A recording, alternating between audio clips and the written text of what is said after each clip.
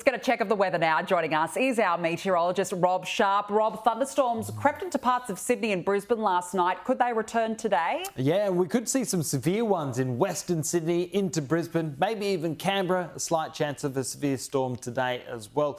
But there's already some storm activity around at the moment. You can see a little bits running through the Hunter and the North Coast earlier this morning, and out in the Central West there's still some stormy activity right now. But it's going to ramp up considerably into this afternoon, as it often does with the heat and the humidity of the day.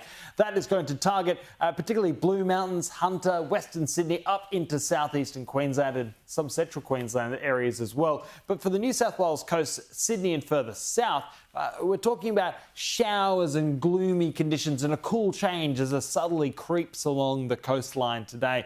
But for those severe storms, there are a chance in those red shaded regions. Heavy rain, damaging winds, large hail, all a concern again today for the southeastern inland and up into the northeast of New South Wales and southeastern parts of Queensland.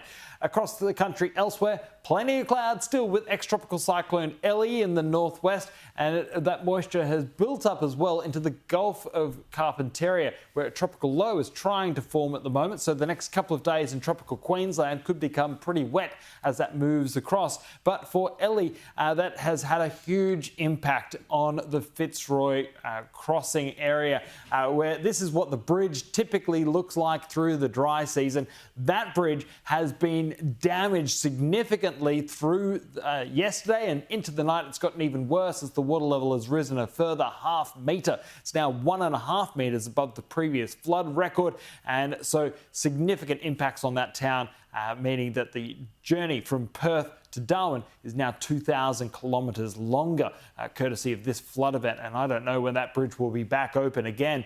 But across the country today, showers and storms across the north all the way into the centre. Hot on the west coast with extreme fire danger around Geraldton today.